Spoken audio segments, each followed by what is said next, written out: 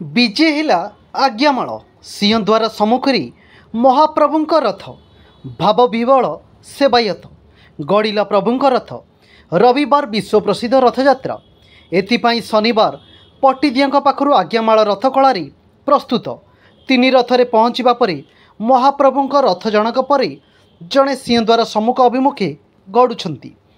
प्रथमे महाप्रभु श्री जगन्नाथ रथ सिंहद्वार निज स्थान ग्रहण करने परे यापरी माँ सुभद्रांक दर्पदलन और महाप्रभु बलभद्रंकर तालध्वज रथ श्रीमंदिर सिंहद्वार सम्मुखें छिड़ा होइछंती। आसंता काली भाई भौणी सहित रथारूढ़ हेबे कालिया शांत कोटि कोटि भक्तों को बड़दाण्डरे देवे दर्शन। रविवार महाप्रभुंक विजय पर सिंहद्वार टणाजिब रथ प्रथमे नंदीघोष तापरे दर्पदलन और शेष तालध्वज रथ टणाजिब। अनेक वर्ष पर एथर विरल रथयात्रा पालन होगाकू जाउछि।